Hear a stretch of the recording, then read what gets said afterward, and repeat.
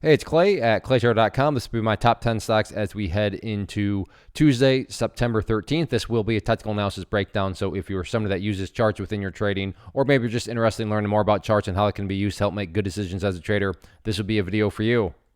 Real quick, a couple of clarification points. Number one, the price you see over here will be moving around, and the candlestick you see right there will also be moving around. That is because the market is still open for a small amount of time. So I like to do these videos when the market is still open because sometimes we can capture some really interesting late day price movement. And then second, I'll be using the 30-minute time frame, meaning each one of these candlesticks here represent 30 minutes worth of time. So stock number one here, NIO, and this thing has just been grinding higher and higher. Not that long ago, the thing was down here below 17. Now all the way up here pushing 22, which is what brings about a very, very, I think, interesting level here moving forward. And that's what a watch list is all about, to find unique, to find interesting situations, and not randomly rush out and buy anything, but to watch it and see if the price does behave in a way that ultimately fits your personal risk tolerance and trading strategy. So if you are somebody that likes to play breakouts or likes to, potentially, anticipate breakouts, well, then right here at $22, very well-defined level you can see from back here, basically right around a month ago, August 11th, last time the price got up around there and, had some issues. And once again, price never quite hit it today, but certainly got within this, striking distance of it. So you are very plausible. You are very logical to think, okay, if the price can push up through 22, that could create that much more buying pressure. Is that guaranteed to happen? Of course not. Those don't exist. But is it valid? Is it plausible? Absolutely. So if you do like to play breakouts or potential breakouts, then I definitely get this one on your watch list and watch $22 very closely. Next stock, ticker symbol NRBO, penny stock with a very nice, well-defined pattern. And I say all that because when a lot of people are going to be watching the same pattern, so I'm not trying to imply that, me putting that trend line in place is some sort of special discovery or special talent, nothing like that at all. But when you have a lot of people watching the same pattern, wondering the same things, call it a self-fulfilling prophecy, call it whatever you want, it can definitely produce some very dynamic movement. So let me get that bottom part of the pattern change to green to represent support. And what we have here is just basically a big wedge pattern. You could call it a bull pennant if you wanted to, that being the resistance, support, the momentum move up there. If you put the golf hole down there, for you golfers out there, make it more visual. But the point here being is, not necessarily the name of the pattern, but the fact that the price is slowly working its way upwards while also getting pushed down in the, downwards direction. So as I just talked about with NIO, are there guarantees? No. But is it plausible? Is it valid to think that if, especially when a lot of people are going to be watching this trend line up here, that if the price comes up to that level and pushes up through it, that break could create additional buying pressure? That is certainly not a guaranteed outcome, but a plausible outcome that nobody could accuse you of, just, throwing darts or doing something very random within your trading. So if you like to play penny stocks, if you like to play well-defined patterns and breakouts, then I definitely keep an eye on this one. Next one, AMC. All in all, a good day. Now, there is a bit of perspective that goes into this, meaning if you're a day trader and you bought right there this morning and your plan was to buy and sell within 5 minutes, well, then yes, from that perspective, not looking that great because the price did pull back. But from all other perspectives, even with the pullback, the chart is still doing perfectly fine. In fact, I'm just going to get rid of these lines here as I serve their purpose. And like I said, even with the pullback, if you look at the lows that went here and then compare that with the lows from Friday and then those lows and those lows, and then if you envision each one of those as stair steps, emphasis here on big picture. But from the big picture perspective, you can see the price is still very clearly trending in the upwards direction. So overall, even with the pullback today, everything's still perfectly fine. In fact, I should probably get that noted that the most ideal level moving forward now is at 975. Ideal meaning if the price stays above it, that's certainly going to make the chart look the strongest and healthiest, but by no means is that some sort of, must hold or do or die level or anything like that. But yeah, 975 would definitely, like I said, keep this trend looking about as healthy as possible. In terms of areas of resistance, key level now to watch right up there at $10.50. Actually, probably about $10.55 to be more accurate. But right around $10.50, $10.55 is going to be that main battleground. But again, just to reiterate, yes, I get it today. The price did pull back from those highs, but all things considered, especially when you compare the lows today with all those other lows, the uptrend is still fully intact. Next, ticker symbol RGLS. And overall, this is one where if you like to play pullbacks that, are within movements that have proven to be very strong, that this one would, fit that criteria for sure, with a key level being right down here around $1.87. Although this is definitely a situation where you better be, you better be disciplined. You better be able to honor stop losses, because to be fair, this might be game over. This might be the beginning of a much bigger reversal where this thing just goes right back to where it started. That is certainly a possibility. But it is a two-sided coin because, well, maybe this is just a healthy pullback and it gets down here and then bounces back and returns around.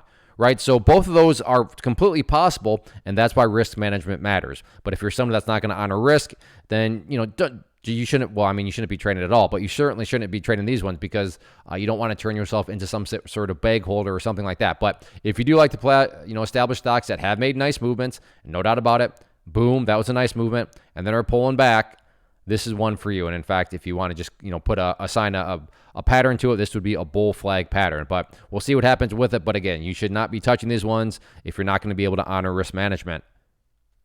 Next one, PYPD, and this one really came to, earlier in the day, nothing really going on at all, and then afternoon, the volume came pouring in, and the price reacted nicely with it, forming a good, solid pattern. So going back to the talking points that I've already had about kind of self-fulfilling prophecies and lots of other people watching this pattern, drawing that trend line in place. So we have the support, we have the resistance, or excuse me, this is the support here.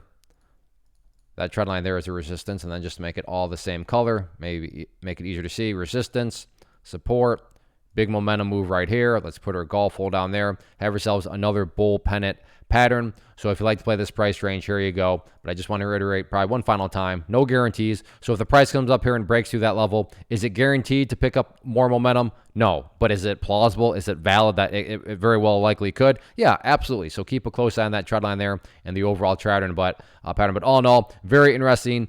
Mainly, at least in my opinion, because all the volume basically came in this afternoon. So if this volume continues in tomorrow morning, then yeah, who knows? This may just be the start of something much bigger. Real quick, wanted to pause and personally invite you to get signed up for this free live online training that I'm offering later on in the week. So if you've been enjoying what you've seen, you want to learn more about this tool, how it should be used, and why it's so powerful in building consistency, then definitely get signed up for the free class. If you're watching on YouTube, there's a link in the description box. If you're watching at my site, there's an area right there on the webpage you can click to get signed up. So like I said, if you've been enjoying what you've seen and you want to learn more, then certainly get signed up for the free training. Next one here, CLVS, and this is going to be very short and to the point because you've already heard me talk about this stuff before. So there you have the trend line. Again, a lot of eyeballs watching that, so not some sort of great discovery on my part. There you have the bottom part of this pattern that's formed, and we'll change that to support green. And then just to make it all one color, we have our resistance, we have our support, we have the big momentum move right here, we have the golf hole down here. So we have ourselves another bull pennant pattern. So I don't need to repeat myself anymore. You know what I'm going to say next about no guarantees, but is it valid, is it plausible? So you understand all of that. So if you like to play stocks down below $2, if you like to play bull pennant patterns, here you go. Next one, INM, and very, very interesting on this one for one reason. I shouldn't say one reason alone, but I think the main reason that most people are going to be watching this one is because there truly is such a well-defined breakout point right there at 1950. And then the other dynamic here is how this one has started to come back to life, not only from a price perspective, but you look down here at the volume bars, and the volume bars have been growing all afternoon long. So that brings up the more than valid question of, okay, are the engines starting to, are the engines getting revved back up again? Is there going to be another push on Tuesday? Maybe not. There very well may not be, and it just rolls right back over. But it also makes total sense that it very well could. Again, you have the increasing volume, you have the price coming back to life. So could it very well make another push up through there? That is absolutely, in my mind, a very, very valid question to be asking, which goes back to the whole premise of a watch list, not to randomly rush out and buy anything, but to watch it and see how things play out. So yes, I think that a lot of people, myself included, will be watching 1950, and let's see if the price can get the break up through there or not on Tuesday. Next one here, TSLA Tesla, and this will mean a bit more to those of you that watched the video from last week, but if you did, hopefully remember me talking about 304, that red line as resistance. And yeah, as of right now, the price is slightly up above there, but just generally speaking, you can see that the price has really struggled with that level. Not necessarily to get above it, because it's been above it there, and it's above it as I speak. But in order to stay above it and separate from it, that's where the differences come about. So yes, 304 has been broken, but 304 is indeed still acting as a resistance in the form of just not allowing the price to stay above it, and let alone separate and make more movement through it. Now, that could definitely come over the next couple of days, but pointer being is 304, as suspected, has been an area of resistance and remains that area of resistance. So that'll be the big question mark moving forward is, again, not necessarily can the price break 304, but more so can the price continue to maintain above it and then eventually pull away from it to the upside. So you'll want to keep a close eye on that. And then just from an overall trend line standpoint, put this in play, and I just want to keep this updated here. So I'll extend that out some more. And if there is any sort of pullbacks, that puts this pullback area right around the $300 mark right now. But yeah, that 304 mark, can the price get separation up above it? Let's see how it plays out on Tuesday. Next one here, PXMD. Should have put this at a different spot in the watch list because it follows the whole idea of buying pullbacks and how you do need to be disciplined. But if you like the overall dynamic here and think that this pullback here is a healthy pullback, then you have yourself a very nice situation. You have that big explosive move up. And then, yes, right now the price has been trending downwards, which again gives you that bull flag pattern if you're looking to call this some sort of pattern. But more so the story behind it is that great move. And then, yes, it's been a very rough afternoon. But the key is, look at this volume. Very, very low volume pullback. So it makes it that much more plausible that, you know, if the price does come down to 415, you could see it turn around and get a nice bounce from there, but you got to be able to manage that risk because, as I said earlier, you don't want to be one of those people that turns themselves into a bag holder because they refuse to, have risk management and honor that risk management. But if you do like to play the explosive stocks that are then pulling back, especially again on the low volume pullbacks, then I definitely keep an eye on this one. Next one, AMD, and just brings a tear to my eye as somebody that trades charts, and this will mean more to those that watch past ones, but if you have, hopefully remember me talking about 8350 as an area of resistance, but there is a rule in charting which states when levels of resistance are broken and closed above, you want to see them act as support. So back on Friday, that level was broken with the gap up, and then today there was the pullback, but check it out. Look right where the price found some support, right there at that former resistance area. So you could throw this one right into a textbook if you wanted to, in the chapter about how resistances can act as support. So moving forward, 8350 remains that key level of support. As far as areas of resistance are concerned, very, very well-defined level right up here at the 8560 mark, which was given to us back on Friday. You can see about 3 separate times the price get up through there.